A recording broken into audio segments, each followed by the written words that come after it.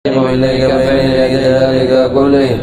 الحمد لله رب العالمين. اللهم صل وسلم على سيدنا محمد وآله في كل لحظة أبدا عدد نعم الله وإفضاله. اللهم ربنا آتنا من لدنك رحمة وعلمنا من لدنك علما. سبحانك لا علم لنا إلا ما علمتنا إنك أنت العليم الحكيم. بسم الله الرحمن الرحيم. نويت التعلم والتعليم والتذكر والتذكير والنفع والإيثار والإفادة والاستفادة والحث على التمسك بكتاب الله العزيز وسنة رسوله والدعاء إلى الهدى والدلالة على الخير ابتغاء وجه الله تعالى ورضائه وقربه وثوابه سبحانه.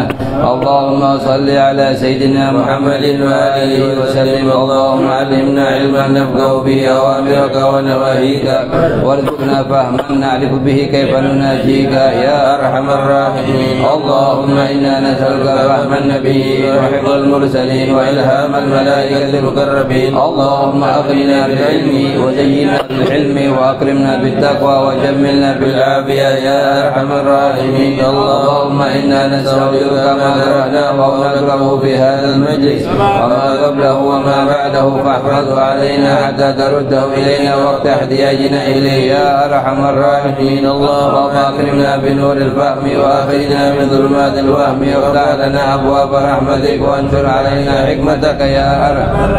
سبحانك لا علم لنا إلا ما علمتنا إنك أنت العليم الحكيم. وصلى الله على سيدنا محمد وعلى آله وصحبه وسلم. اللهم يا من مقاليد الأمور كلها بيده وإليه يرجع الأمر كله يا فتاح يا عليم افتح علينا فتحا قريبا. وصلى الله على سيدنا محمد وعلى آله وصحبه وسلم. Bismillahirrahmanirrahim. Radhiyallahu anhum wa qala radhiyallahu an ila anqal. Rukun yang ke-9 tasyahud akhir. Iya. Rukun daripada rukunnya salat. Bismillah, alhamdulillah, wassalatu wassalamu ala rasulillah. Rukun yang ke-9 daripada rukun-rukunnya salat adalah tasyahud akhir. Yang dinamakan dengan tasyahud akhir itu min bab taghlid. Maksudnya menyebutkan sebagian, tapi maksudnya adalah semua. Sebab di tasyahud itu bukan hanya tasyahud, tapi ada at-tahiyyat, ada salam ala nabi, gitu. Bukan cuma hanya syahadu an la ilaha illallah wa syahadu anna muhammadar rasulullah, itu tasyahud. Tapi ada tahiyyat, ada salam nabi, ada doa setelahnya. Bahwa itu semuanya dinamakan apa? Dinamakan tasyahud. Yang meriwayatkan tasyahud banyak. Nah, yang paling masyhur adalah 3. Yang paling masyhur ada berapa? Ada 3 lafadznya tasyahud ini. Ada riwayat tasyahud diriwayatkan oleh Imam Ibn Abbas. Ada yang meriwayatkan kedua yaitu Umar bin Khattab. Ada yang meriwayatkan siapa? Abdullah bin Mas'ud. Semua riwayatnya dari Nabi Muhammad SAW. Jadi kita mau pakai riwayatnya Ibn Abbas boleh, mau pakai riwayatnya Sayyidina Umar bin Khattab boleh, mau pakai riwayatnya Sayyidina Abdullah bin Mas'ud juga boleh. Imam Syafi'i memilih pendapat riwayatnya Ibn Abbas. Imam Syafi'i yang kita baca tahiyat tasyahud terakhir kita itu ada riwayatnya Ibn Abbas. Kenapa Imam Syafi'i memilih riwayat Ibn Abbas? Karena 4 sebab. Akan kita bahas nanti. Oke. Ayo. Dinamakan dengan tasyahud yaitu karena di dalamnya terdapat 2 kalimat syahadat. 2 kalimat syahadat, tapi yang dimaksud adalah bukan tasyahud aja, tapi semua kalimatnya dimulai at-tahiyyatu lillah. Nanti kita ketahui di situ bahwa lafadznya tasyahud adalah lafadz yang paling singkat, ukuran yang paling singkat dan ukuran yang paling sempurna. Ukuran yang paling sempurna. Ini ukuran paling singkat, hukumnya wajib. Kalau kita lebih tambahin lagi dengan ukuran yang paling sempurna lebih afdal. Seperti at-tahiyyatu lillah. Itu yang paling singkat. Tapi at-tahiyyatu mubarakatuh salawatu thayyibatu lillah. Ya. Faedah. Dalam tasyahud terdapat 4 jumlah kalimat yang harus dibaca. Iya, 4 kalimat. Padahal itu dikatakan tasyahud, maksudnya membab dzikr ba'li iradatul kul. Menyebutkan sebagian yaitu tasyahud syahadatain, tapi maksudnya adalah 4-4-nya. Yang pertama lafaz at-tahiyyatu lillah. At-tahiyyatu lillah sampai akhir. Yang kedua Lafaz salamun alaika Assalamualaikum ayuhan nabi wa rahmatullahi wa barakatuh. Assalamualaikum wa ala ibadillahi sholihin. Yang kedua. Yang ketiga, lafaz salamun alaina wa ala ibadillahi sholihin. Yang keempat, lafaz asyhadu an la ilaha illallah. La ilaha illallah wa asyhadu anna Muhammadan rasulullah. Ya. Bi dalil bilang tadi kalau kita mengucapkan asyhadu an la ilaha illallah di waktu salat atau di waktu kita azan dan lain-lain, usahakan paham maknanya. Sebagaimana telah kita baca berkali-kali bahwa makna asyhadu an la ilaha illallah adalah a'lamu wa a'taqidu bi qalbi jaziman wa agirru bi lisani sidqan wa ubayyinu ila ghairi haqqan alla ma'budu bi haqqin fil wujudi illa Allah wahdahu wa annahu huwal ghaniyyu amma siwah al-muftaqiru ilayhi kullu ma 'ada muttasifun bi kulli kamal munazzahun an kulli naqsin wa ma khatara bil bal lam yattakhidh sahibatan wala walada wa la yumathilu fi dhatihi wa af'alihi wa sifatihi ahada. Berarti berapa? 3 sama 7 berapa? 10. Jadi waktu itu mengucapkan asyhadu an la ilaha illallah, itu paham maknanya jauh, pahalanya 1000 kali lipat, lebih apa daripada asyhadu an la ilaha illallah. Tidak tahu apa artinya. Bukan yang anda maksud makna, bukan terjemahan bahasa Indonesianya. Asyhadu an la ilaha illallah, tidak ada Tuhan selain Allah. Aku tidak ada Tuhan selain Allah, itu terjemahan. Makna yang anda maksud adalah makna.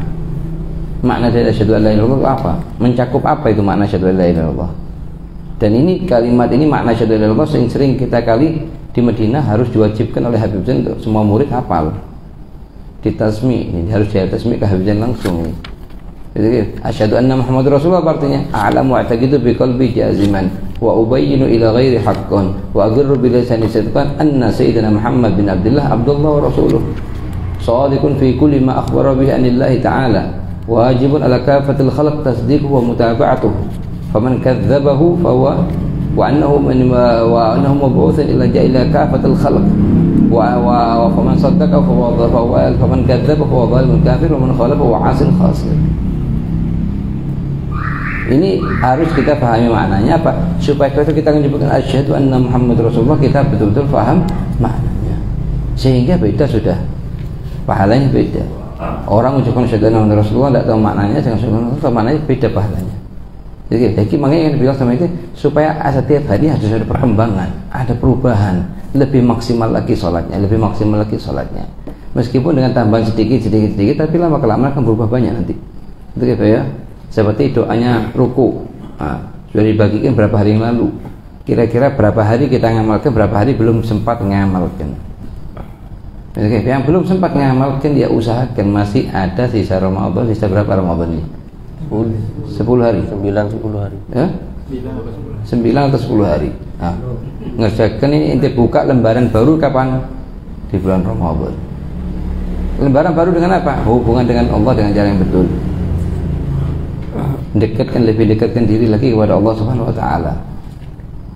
Itu lembaran baru itu bukanya kapan? Di bulan Ramadan. Nyampe bulan Ramadan depan insyaallah sudah minas sholihin. Tapi dengan syarat harus ada perubahan tiap minggunya. Tiap minggunya ditambah satu.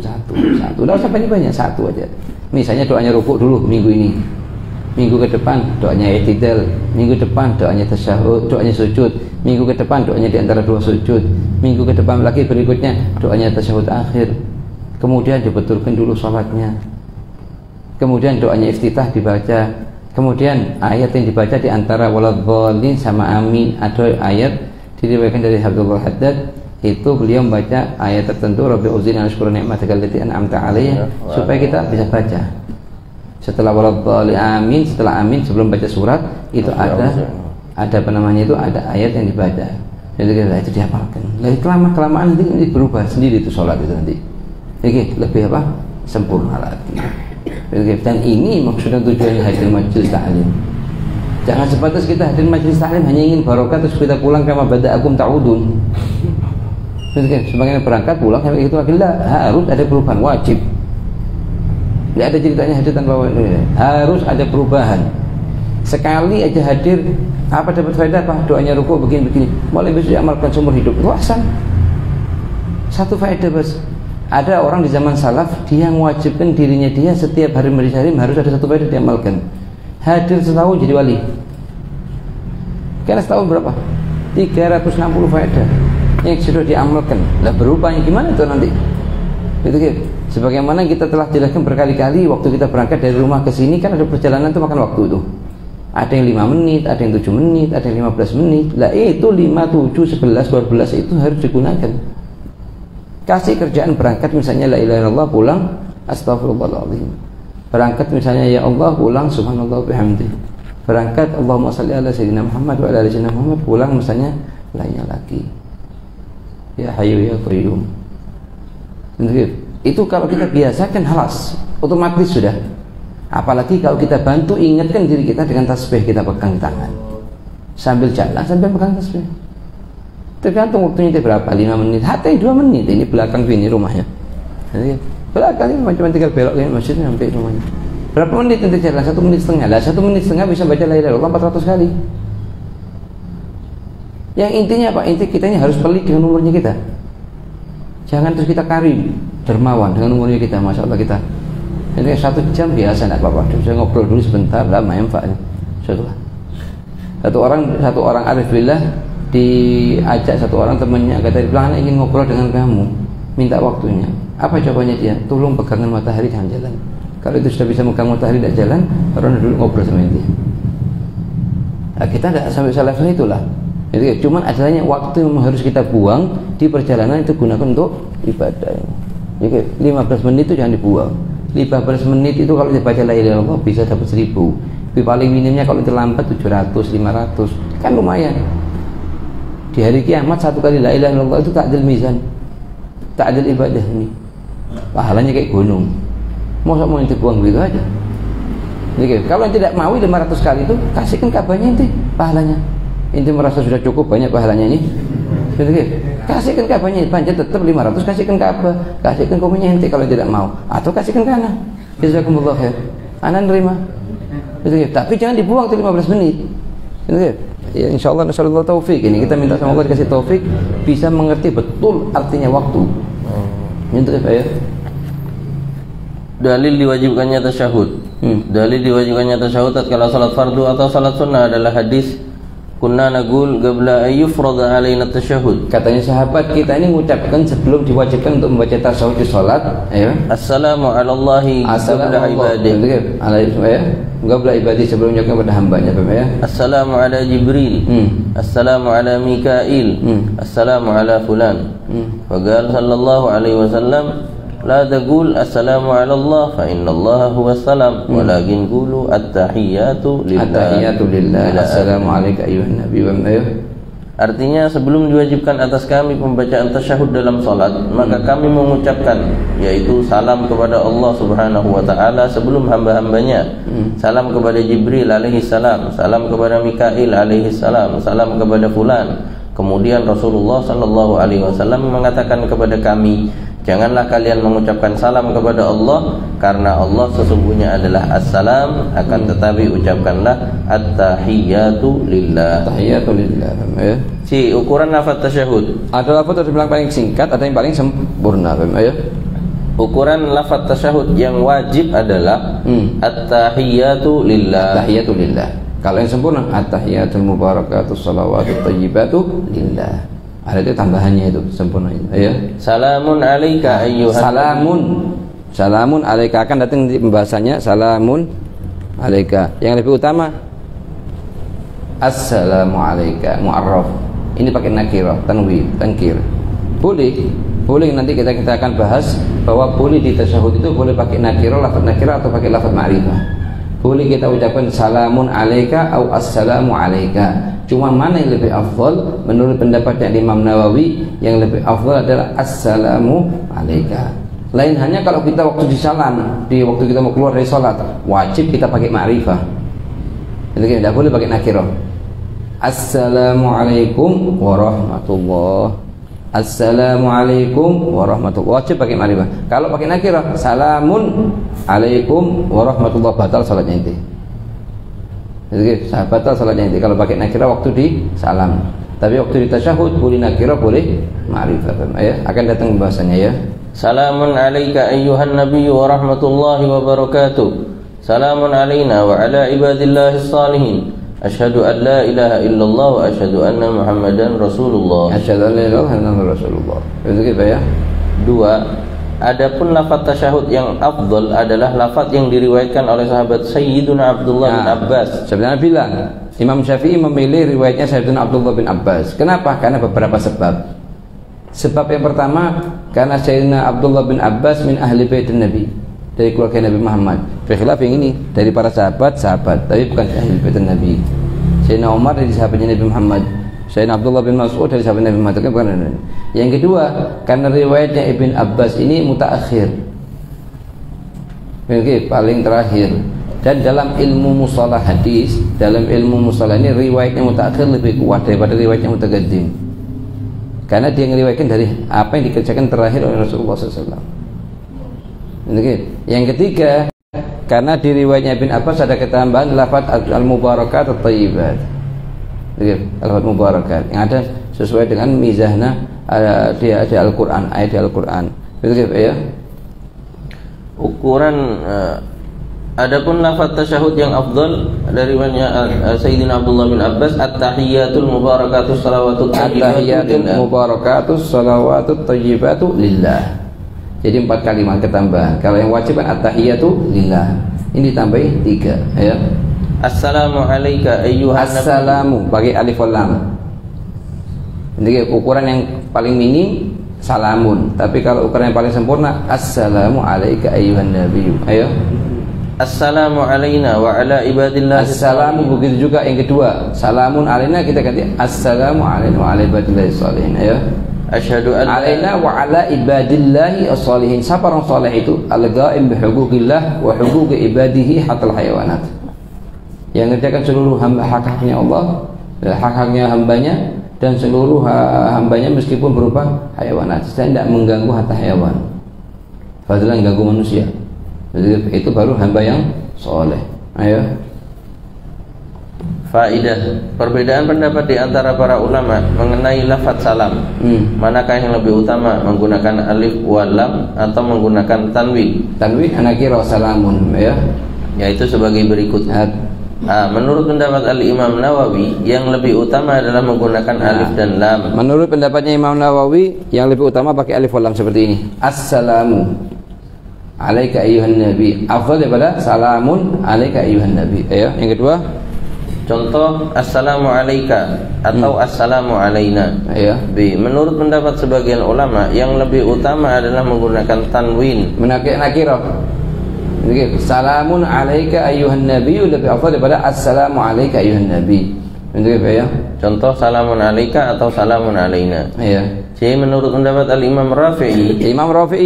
Imam Rafi'i mengatakan sama, ya. Menggunakan alif wal lam atau tanwin hukumnya adalah sama. Tidak ada dikatakan ini lebih utama daripada ini atau ini lebih utama daripada itu. Tidak ada, sama. Menurut pendapatnya Imam Rafi'i. Imam Rafi'i salah satu pemimpin juga dalam mazhab Imam Syafi'i, pemimpin ulama besar dalam mazhab Syafi'i. Itu apa dia bilang assalamu alayka sama salamun alayka sama hukumnya. Dan dikatakan ini lebih afdal oleh itu lebih afdal. Ayo, yang keempat. 3. Ya. D. Syarat-syarat tasyahud. Syarat-syarat tasyahud dalam salat fardu atau salat sunnah ada 9 sebagai berikut. Syarat-syaratnya rukuk berapa? 6. Syarat-syaratnya rukuk 6. Kemudian setelah rukuk i'tidal. Syarat-syaratnya i'tidal berapa? 5. Kemudian setelah i'tidal sujud. Syarat sujud berapa? 5. 5. Syaratnya sujud 7. Apa 8? 7. Ini angkanya aja lupa. Wa iskidakif dalamnya nanti. Ini angkanya lupa kan? Berapa hari? Kif dalamnya nanti. 7 mana 7? 1, 2, 3, 4, 5. Ini dalamnya. Yang ketiga apa? Setelah sujud apa? Duduk di antara 2 sujud berapa syaratnya? 5. Oke. Setelah itu waktu tasyahud baca tasyahud. Berapa syarat tasyahud? 9. Inti kadang apal nomor HP 1, 2, 3, 4, 5 nomor 08 berapa tidak tahu panjang lebar. Angkanya tasyahud apal ini. Ini rukun-rukunnya sholat harus hafalkan.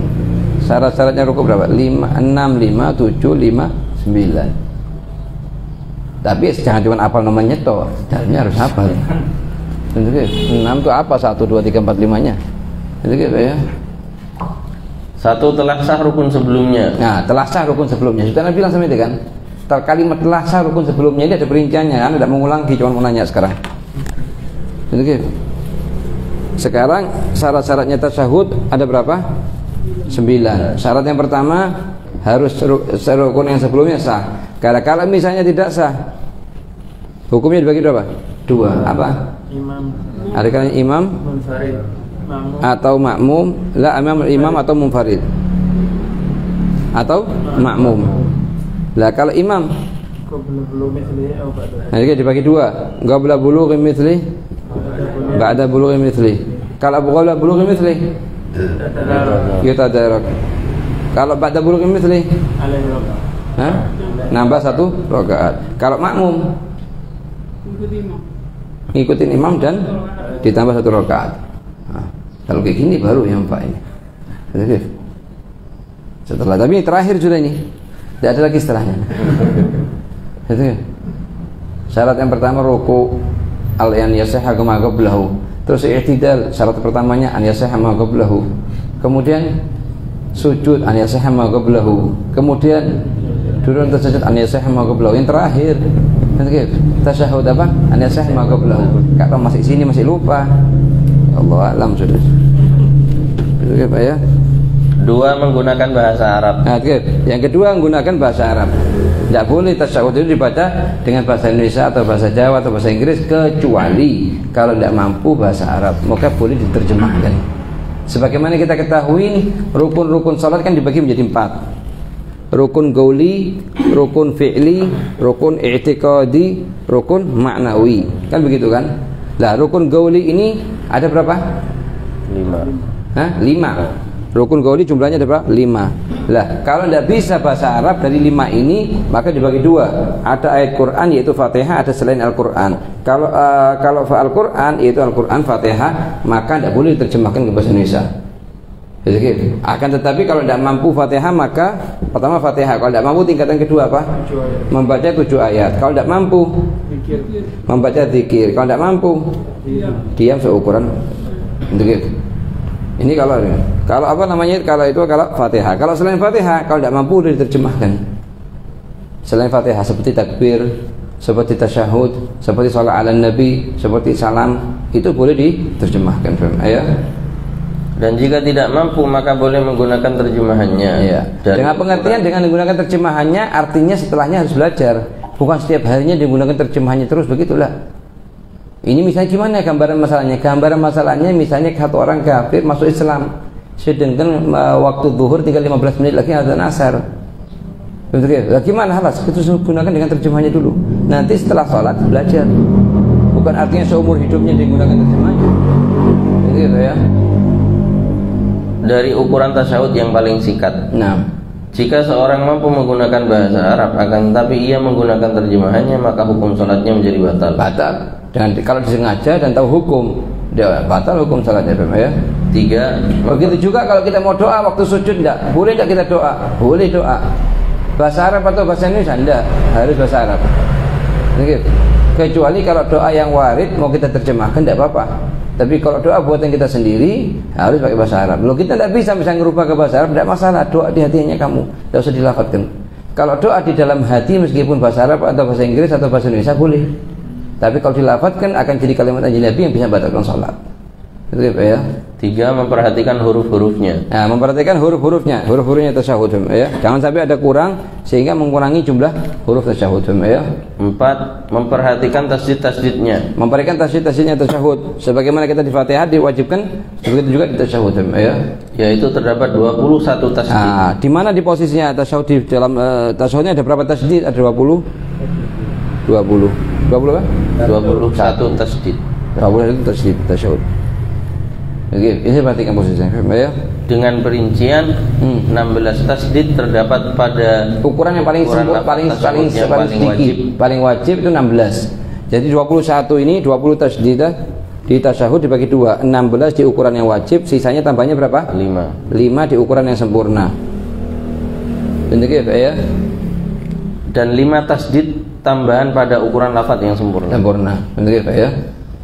5. Tidak ada lahan yang dapat merubah tidak ada lahan. Jadi pembacanya hurufnya harus betul sehingga tidak ada lahan yang merubah makna. Begitu ya. 6. Membacanya dalam keadaan duduk. Membacanya kalau sholatnya itu dalam keadaan dia sholat mampu berdiri, mampu gini, rukuk dan semacamnya, maka waktu membaca tasyahud harus dalam posisi duduk, harus. Baik sholat fardu atau sholat sunnah harus posisi dalam keadaan duduk, ya. Kecuali jika terdapat udzur. Seperti tidak mampu duduk, maka sholat berbaring. Gimana waktu tasyahud? Ya sudah dibaca dalam keadaan berbaring. Ya, maka disesuaikan dengan keadaannya, ya. 7. Bacaan tersebut harus dapat didengar oleh dirinya sendiri. Semua syarat, semua rukun gauli itu harus bacaannya didengarkan oleh diri sendiri. Tidak cukup dibaca di hati. Jadi, sebagian orang dari mulai awal sholat Allahu Akbar pasti dengar takbirnya toh. Setelah itu semuanya dibaca di hatinya dia. Fatihah dibaca di hati, terus tasyahud dibaca di hati, sholat itu semua sholatnya batal. Tidak sah sholatnya itu. Harus dilafadzkan, harus gerak lisannya, harus dengar suaranya, sekiranya dengar sendiri, bukan dengar samping-sampingnya, enggak, seukuran yang dia dengar sendiri sih. Hukumnya apa? Hukumnya wajib, karena rukun gauli. Naam, dalam mazhab Imam Malik tidak wajib didengarkan sendiri, cuman wajib ada gerakan lisan. Ini harus gerak. Tapi kalau sudah gini dari awal sampai akhir itu tidak sah, menurut mazhab Malik tidak sah. Jadi usahakan kita baca, keraskan sedikit suara sekiranya kita dengar, tapi sampingnya kita tidak dengar sama sekali. Itu ya. Tidak cukup dibaca dalam hati, kecuali jika bisu. Maka kalau kecuali orangnya bisu tidak bisa bicara, ma'dzur. Ini omongan bagi orang masih bisa bicara, ya. Maka wajib menggerakkan lisan dan bibir. Hal ini jika bisunya setelah dia dapat berbicara.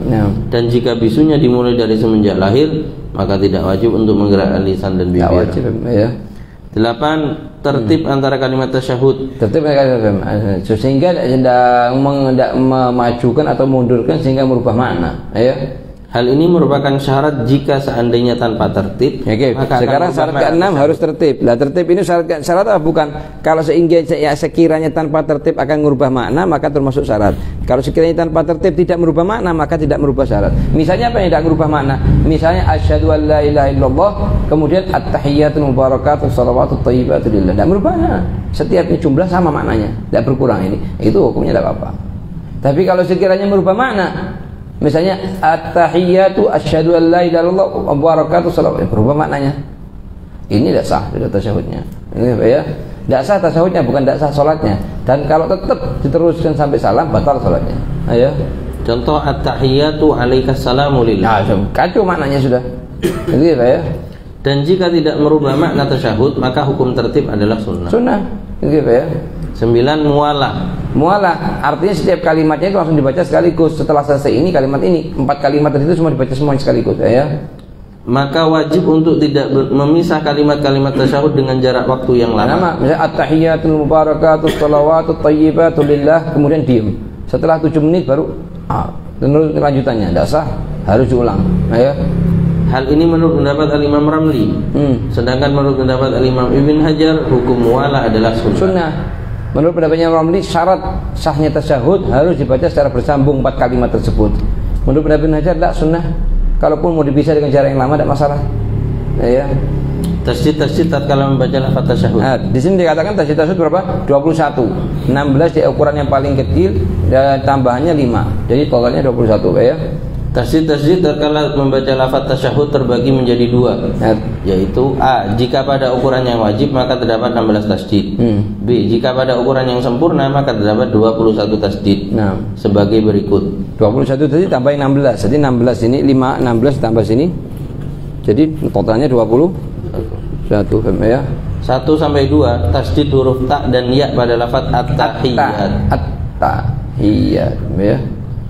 3 tasydid huruf shad pada lafaz al-mubarakatus shalawat. As-shalawatus shadnya, ya. 4 sampai 5 tasydid huruf ta dan ya pada lafaz at-thayyibat. At-thayyibat, ya. 6 tasydid huruf lam pada lafaz lillah. Lillah, ya. 7 tasydid huruf sin pada lafaz as-salam. Oke, as-salamu. Bikhilaf kalau kita pakai nakirah salamu, enggak pakai tasydid sama sekali. Oke, ya. 8, 9, 10 tasydid huruf ya dan nun dan iya pada lafaz alaika ayyuhan nabiyyu. An-nabiyyu. Nun dia, ya.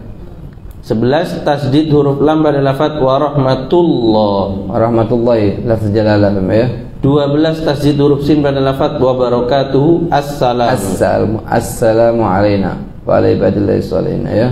13 tasdid huruf lam pada lafaz alaina wa ala ibadillah. Wa ala ibadillahi sholihin. Ya. 14 tasdid huruf shad pada lafaz as-salihin. Ya. 15 tasdid huruf lam alif pada lafaz asyhadu an la ilaha illallah. Ya. 16 sampai 17 tasdid huruf lam alif dan lam jalalah pada lafaz illallah. Illallah. Ya. 18 tasdid huruf nun pada lafaz wa asyhadu anna Muhammad Rasulullah. Ya. 19, 20, 21 tasdid huruf mim dan ro dan lam jalalah pada lafaz Muhammadar Rasulullah. Ya. Sunnah-sunnah dalam tasyahud akhir. Yes. Ya.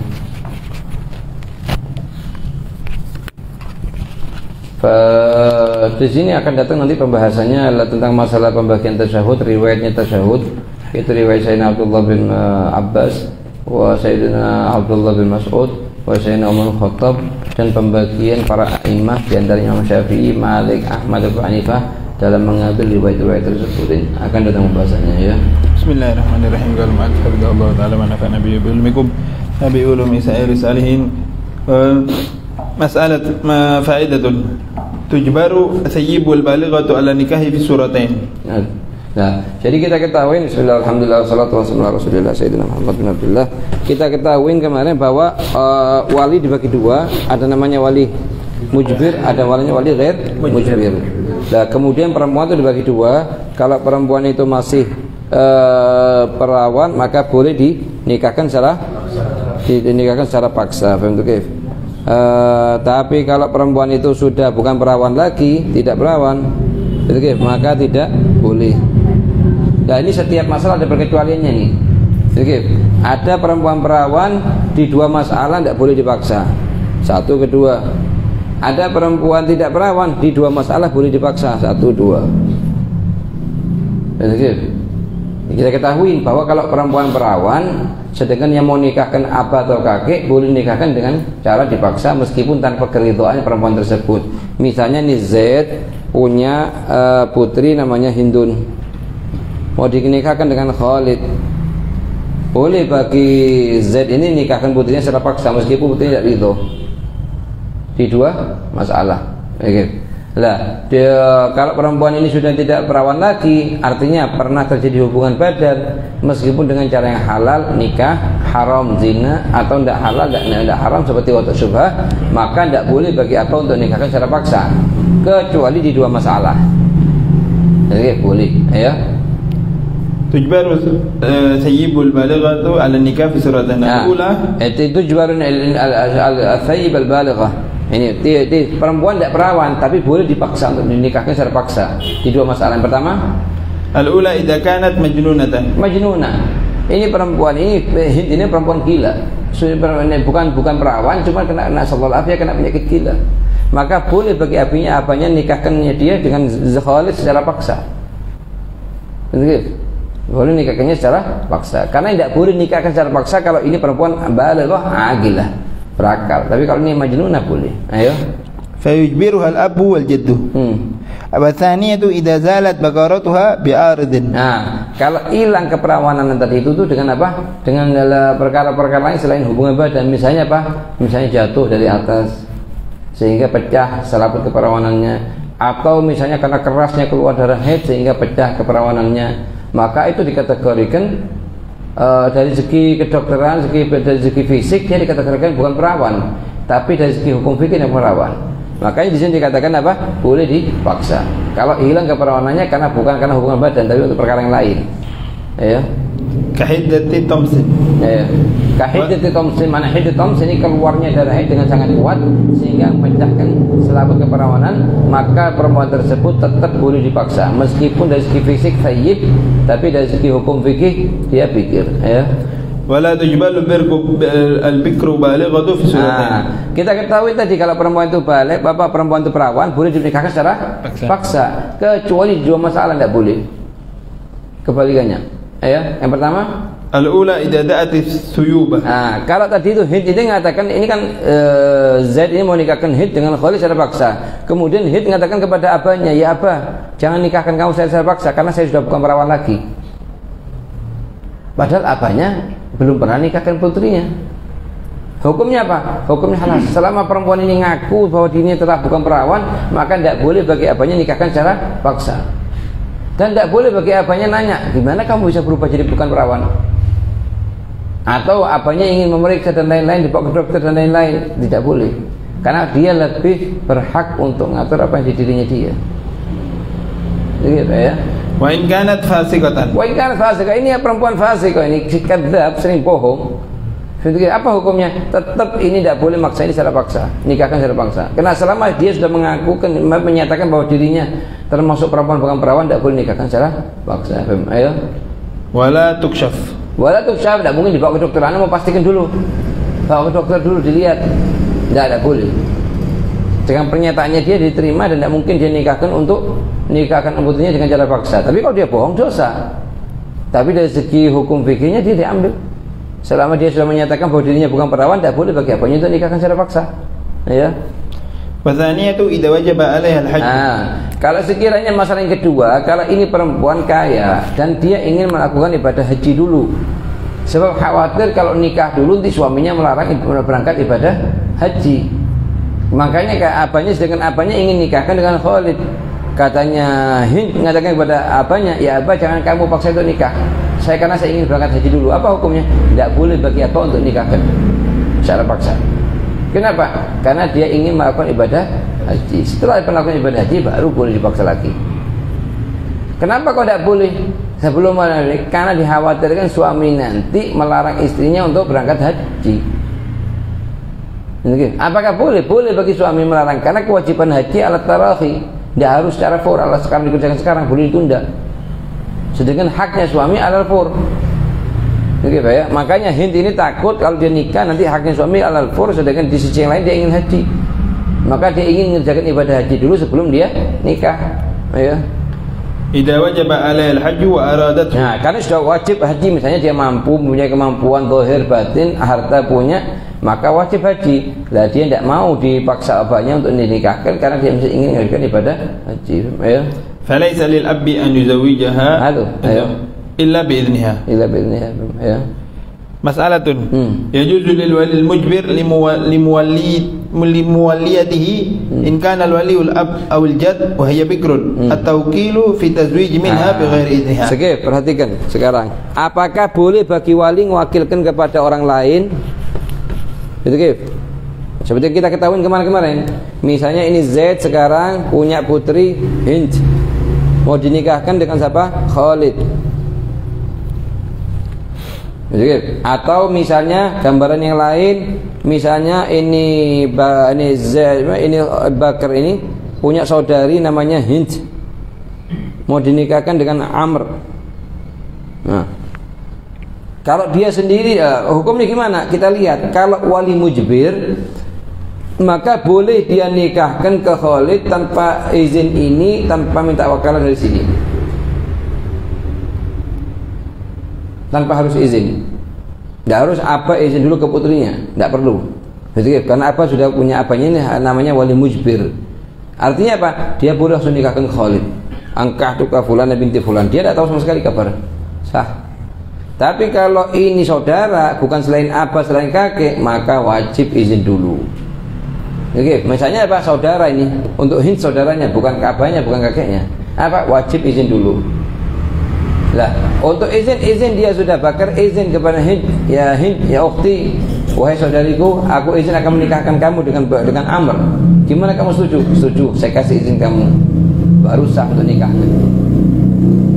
Lah, apakah boleh bagi Bakar nanti mewakilkan kepada ulama yang datang misalnya? Ada kiai, ada habaib yang datang mau diwakilkan ke mereka, boleh enggak? Lah, kalau mewakilkan setelah dia minta izin untuk dirinya sendiri boleh. Tapi kalau dirinya sendiri masih belum minta izin ke saudarinya mewakilkan kepada ulama atau kiai, tidak boleh hukumnya. Yang intinya apa? Yang intinya ada 4 keadaan. Ada 4 berapa? 4 keadaan.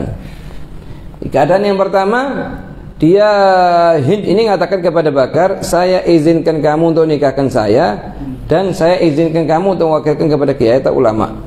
Maka hukumnya apa? Boleh nikahkan sendiri dan boleh mewakilkan. Itu keadaan yang pertama. Keadaan yang kedua, Hind ini mengatakan kepada Bakar, saya izinkan kamu untuk nikahkan saya, dan saya tidak ngasih izin kamu untuk mewakilkan kepada orang lain. Maka boleh nikahkan sendiri, tapi tidak boleh mewakilkan kepada orang lain.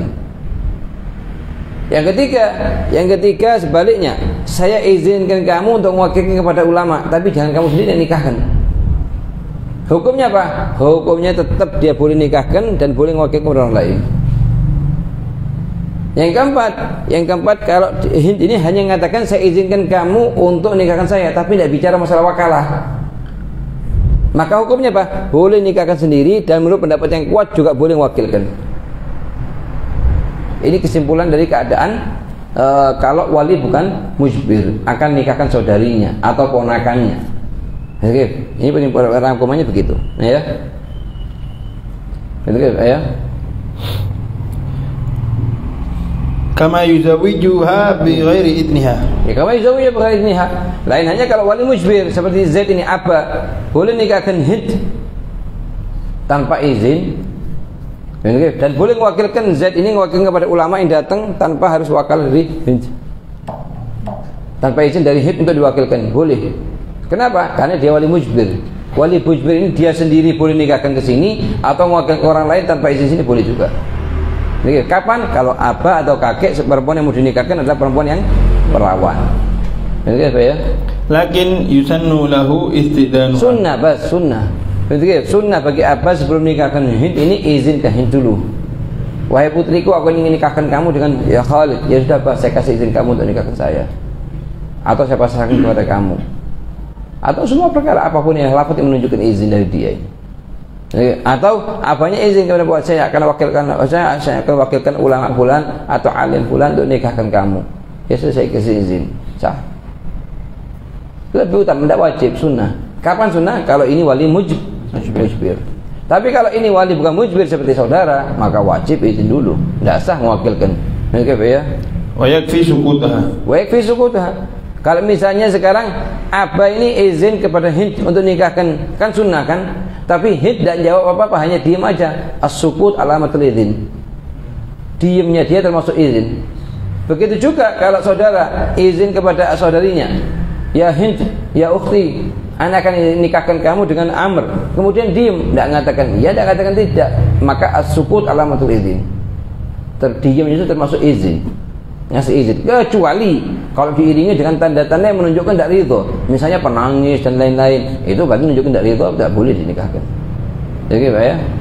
Wa ghairul mujbir li kaunihi ghaira abi. Makanya apa dibilang nutqun natiq, itu al sukut ini al sukutun natiq, orang yang bisa bicara tapi diam.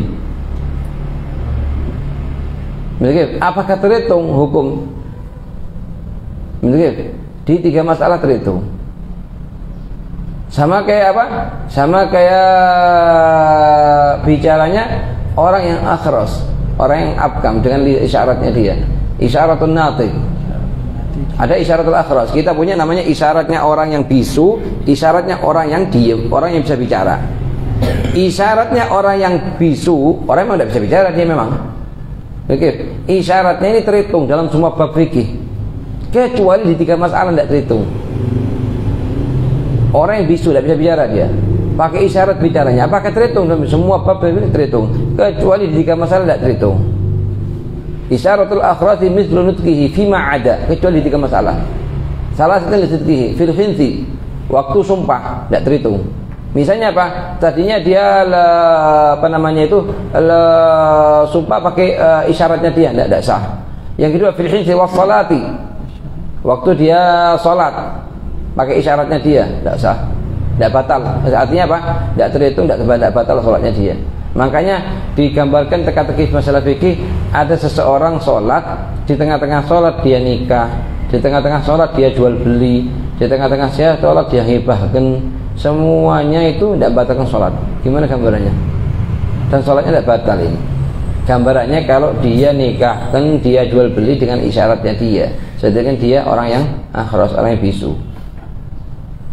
Isyaratul akhras mislu nutqi fi ma'adat al-tadhkir fil hinthi was salati was syahadati. Syahadati membuat kesaksian di hakim dengan apa? Dengan isyaratnya dia, maka tidak sah. Selain 3 ini isyaratnya akhras sama seperti nutqun natik, sama kayak bicaranya orang yang bisa bicara. Isyaratnya orang yang akhras seperti bicaranya orang yang bisa bicara, kecuali di illa di 3. Tapi kalau isyaratun natik, orang yang bisa bicara tapi tidak mau bicara, hanya pakai isyarat. Oke, apakah terhitung? Tidak terhitung di semua bab fikih, kecuali di 3 masalah terhitung. Misalnya, yang pertama apa? Isyaratun natik itu baru fil idzni. Satu orang mau masuk rumah, pamitan mau masuk rumahnya ente. Boleh saya masuk? Ente bisa mengatakan boleh, tapi ente tidak mengatakan boleh. Apa hukumnya? Sah. Boleh dia masuk. Dengan apa? Izin. Fil izni wal ifta. Satu orang alim ditanya, "Ya Syekh, apakah hukum gini boleh?" Dia mengatakan itu termasuk fatwa. Seakan-akan mengatakan boleh. Fil izni wal ifta aman. Aman ini kalau satu orang kafir mau masuk negara Islam, minta perjaminan, tidak jaminan dari orang muslim yang lain. Adkhilni fi jiwarak. Masukkan aku dalam jaminannya kamu. Dia mengatakan, "Halas, boleh." Oke. Jadi intinya apa? Intinya isyaratun natik, isyaratnya orang yang bisa bicara tidak terhitung dalam seluruh bab fikih kecuali di 3 masalah.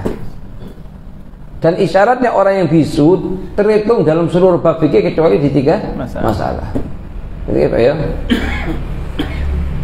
Wa ghairul mujbir li kauni ghaira abin aw jaddin aw li kauniha thayyiban in qalat lahu wakkil wakkal. Ini Zaid Hind ini mengatakan kepada Bakar saudaranya, wakil, mana wakil, saya kasih izin kamu untuk mewakilkan, maka boleh mewakilkan, ya. Wa inna hadhu anit tawkil. Keadaan yang kedua, Hind ini mengatakan kepada Bakar, "Ya Bakar, saya kasih izin kamu untuk nikahkan saya dan saya larang kamu untuk mewakilkan kepada siapapun, harus kamu sendiri nikahkan." Apa hukumnya? Maka tidak boleh mewakilkan. Ya. Wa inna hadhu anit tawkil fala yuwakkil. Fala yuwakkil, tidak boleh mewakilkan, ya. Wa in qalat zawijni. Keadaan yang ketiga, zawijni. Ini Hind ini mengatakan kepada Bakar, nikahkan saya, tapi tidak bahas masalah wakalah. Hukumnya gimana? Menurut pendapat yang kuat boleh mewakilkan juga, ya. Wa in qalat zawijni falahu tawkilu fil asah. Menurut pendapat yang kuat fil asah boleh, maka fil asah tidak boleh, ya. Walau wakala ghairul mujbiri qabla istidaniha fi nikah lam yasih. Misalnya ini ghair mujbir, seperti Bakar saudaranya dia. Saudaranya siapa? Saudaranya Hind. Mau mewakilkan kepada orang alim sedangkan dia sendiri belum mau minta izin kepada saudarinya. Apa hukum wakalahnya? Tidak sah. Dia sendiri belum bisa mengerjakan dengan sendirinya perkara tersebut. Bagaimana wakil orang lain? Karena dalam bab wakalah itu wakil bisa mengerjakan kalau dia sudah dapat izin dari wakil. Makanya katanya Sahibuz Zubat, "Ma sahha an yubashir muwakkilu sahalau ma sahha an yubashir muwakkilu bi nafsihi jazalahu tawakkulu." Betul apa ya? Lam yasih tawkil ala sahih. Lam yasih tawkil ala sahih, ya. Li'annahu lam yamliku tazwij bi nafsihi. Sekarang kalau ini aja Bakar belum minta izin kepada Hind untuk nikahkan untuk dia sendiri, apalagi mau wakil orang lain, ya. Fa kaifa yuwakkil ghairahu? Wa qila yasihu. Wa qila yasihu, ya. Li'annahu yali tazwijha bi syartil idni. Falahu tafwidu ma lahu li ghairihi. Ya, ma lahu ini haknya dia kepada orang lain, boleh diwakilkan, ya. Wal yaqul wakilul wali zawwajtuka binta fulan. Wal yaqul wakilul wali. Sekarang kalau misalnya ini, sekarang perhatikan gambaran masalahnya. Cara bicara, cara sigha yang harus diucapkan oleh wakil tatkala dia nikahkan anaknya orang lain. Sekarang misalnya ini Zaid punya anak perempuan Hind, mau dinikahkan dengan misalnya Bakar. Sedangkan di sisi yang lain dia tidak mau nikahkan sendiri, mau diwakilkan seorang ulama namanya misalnya Ahmad. Lah bagaimana Ahmad ini mengatakan kepada Bakar? Ya, apa katanya, ya? Zawajtuka binta fulan. Zawajtuka, Ahmad ini mengatakan kepada Bakar, "Ya Bakar, zawajtuka Hind binta Zaid." Ya. Wal yaqulul wali li wakili zawj, zawajtu binti fulanan. Zawajtu binti fulan. Begitu, ya. Fayaqul wakiluhu. Kalau misalnya sama kayak tadi itu Zaid tadi mewakilkan kepada siapa? Kepada Ahmad. Boleh juga Bakar mewakilkan juga, boleh. Karena calon suami ini boleh nerima dengan sendiri, dengan dia sendiri. Saya mengatakan gobil itu nikah. Atau calon suami ini malu untuk menerima dengan sendiri, yang mau diwakilkan ke temannya, boleh. Kapan boleh mewakilkan? Kalau calon suami ini balik, akil, rasyid. Betul. Maka boleh dia ngewakil orang lain, boleh. Nanti wakilnya calon suami mengatakan qabiltu nikaha lahu. Betul ya? Fayaqulu wakiluhu qabiltu nikahaha lahu. Nikah lahu ya. Syurut syahidain nikah. Bas. Ya, selesai wali. Hah? Wali selesai sudah. Ini sudah. Betul. Ini syurutnya apa? Syurut syahidain nikah betul ya. Jadi apa namanya kita ketahui bahwa apa namanya wali dibagi menjadi dua. Ada namanya wali mujbir, wali ghair mujbir. Lah wali mujbir ini berbeda hukum dengan wali ghair mujbir sekitar di 11 atau 12 masalah fikih. Di antaranya wali mujbir itu tidak boleh nikahkan meskipun boleh mewakilkan meskipun dia belum minta izin kepada putrinya, karena minta izin sunnah hukumnya, berkhilaf wali ghair mujbir. Bahasanya. ربنا انفعنا بما علمتنا ربي علمنا الذي ينفعنا ربي فقهنا وفقه أهلنا وقرابات لنا في ديننا مع أهل كتر أنثى وذكى ربي وفقنا ووفقهم لما اخترت في قولا وفعلا كرما وارزق لكل حلالا دائما وأخذ أتقياء ما نحظى بالخير ونكفى كل شر ربنا واصلح لنا كل الشؤون وأقر بالرضا منك العيون قبل أن تأتينا رسل المنون أنت أكرم من ستر وصلاة الله تغشى المصطفى من إلى الحق دعانا والوفاء بكتاب فيه للناس الشفاء وعلى الصحب مصابه الغرار اللهم اهدنا بهداك واجعلنا ممن يسارع في رضاك ولا تولنا وليا سواك أمرك وأسى وحسبنا الله نعم الوكيل لا حول ولا قوة إلا بالله العلي العظيم صلى الله على سيدنا محمد وعلى آله وصحبه وسلم والحمد لله رب العالمين في كل لحظة أبدا عدد خلقه ورضا نفسه وزنة عرشه ومداد كلماته. الفاتحة إلى حبيبنا محمد بن عبد الله ثم إلى أرواح آبائي وإخواني من الأنبياء والمرسلين ثم إلى جميع أهل بيت الرسول جميع أصحابه جميع ساداتنا على بعلمه ثم إلى روح الإمام الشافعي والجمهور المحمدية والقراء والفاتحين الحديثين ثم إلى روح الإمام حضر المقام من الإمام الله عبد الله بن عمر ثم إلى الحمد لله وما يبتل ورد وشفاء المصطفى من أمر كادر من أجل ثم إلى رجال من المولاد ثم إلى هيب سالم بن عبد الله شاطر ثم إلى هيب علي مشهور بن حفيظ ثم إلى سيد محمد بن عبد الملك ثم إلى ثم إلى رجل سيد محمد بن عبد الملك ثم إلى رجل من شيخنا في الدين ثم إلى رحب مريم وحسب وزوجته هي ابن ذلك كان متشهد ثم إلى رحب كل يوم صالح الجامع شاعر نسأل الله جل وعلا نفل إذا الله يجل هذا شاعر لنا شهيدا كل يوم صالح يكون ما قرنا حجة لنا لا حجة علينا ويذكرنا عند وقت احتياج إليه وجعلنا وإياكم من العلماء العاملين دعوة الناصحين العاملين الخاشعين على هذه الدنيا صالح الجامع الشامل لخير ونضي يوفقنا للعمل بالمسلمين أخبرنا على هذه يكون يا صالح الجامع الشامل لخير الآخرة وإلى حضرة النبي سر الفاتحة.